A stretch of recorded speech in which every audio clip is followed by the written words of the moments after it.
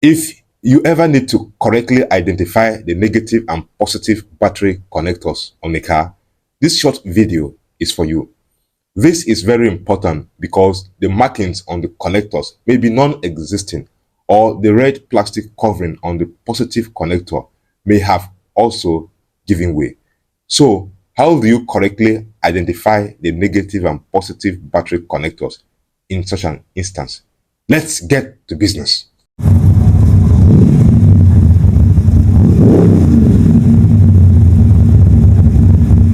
To correctly identify the negative and positive battery connectors on the car, look at where the respective cables snake and connect to.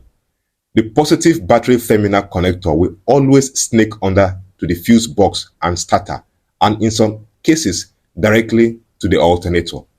This is your cue that you are dealing with the positive terminal connector. The negative terminal connector, on the other hand, will usually snake and connect only to one place, the chassis of the vehicle, to complete the circuit.